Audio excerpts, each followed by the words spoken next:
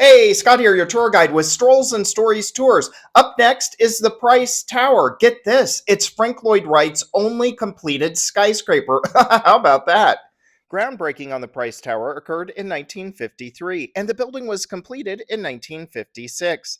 It was commissioned by Harold C. Price Sr. to house the headquarter office for his H.C. Price Company, a pipeline construction firm.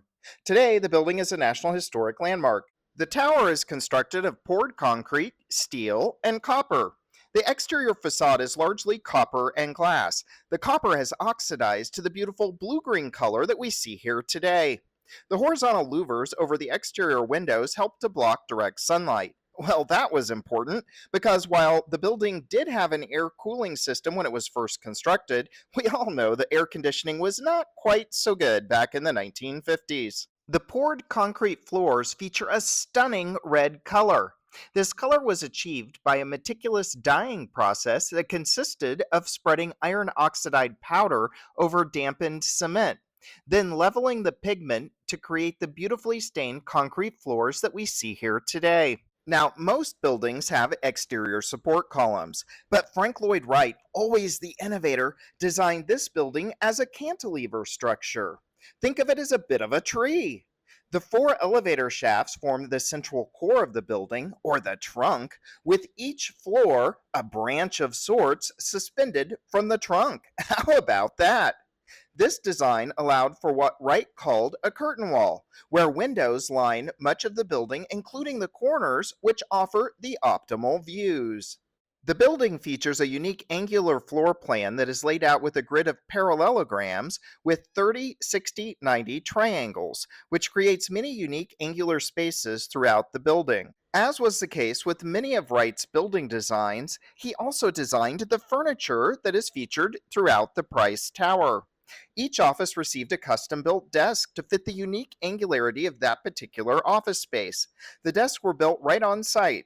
Get this, the Wright designed cast aluminum desk chairs were manufactured right in Oklahoma as well, by the Blue Stem Foundry over in Dewey, Oklahoma.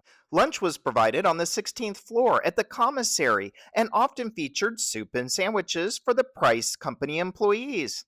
Wright had designed the Price Company logo, which was featured on the plates. Featured here are the Wright designed angular tables and stools that were featured in the commissary. They were designed of copper. The Price Company occupied floors 12 through 19 of the building, and that included the Price family penthouse suite at the top of the tower.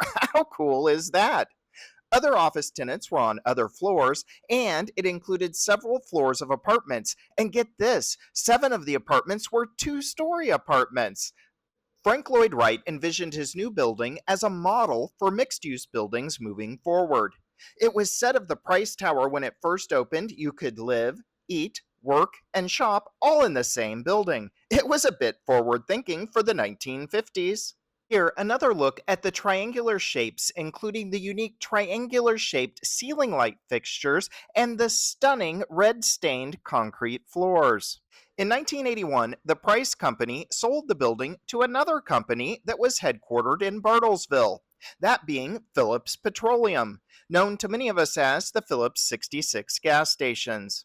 Since the 2000s, the building has had several owners, with a new owner purchasing the building in 2025. At the time of this recording, the building is temporarily closed as the new owner determines their future plans for the building. Now, the building is on the National Register, and from what I have read, it will be preserved. Now, I hope you've enjoyed the historic story and my interesting tidbits of the Price Tower, Frank Lloyd Wright's only completed skyscraper.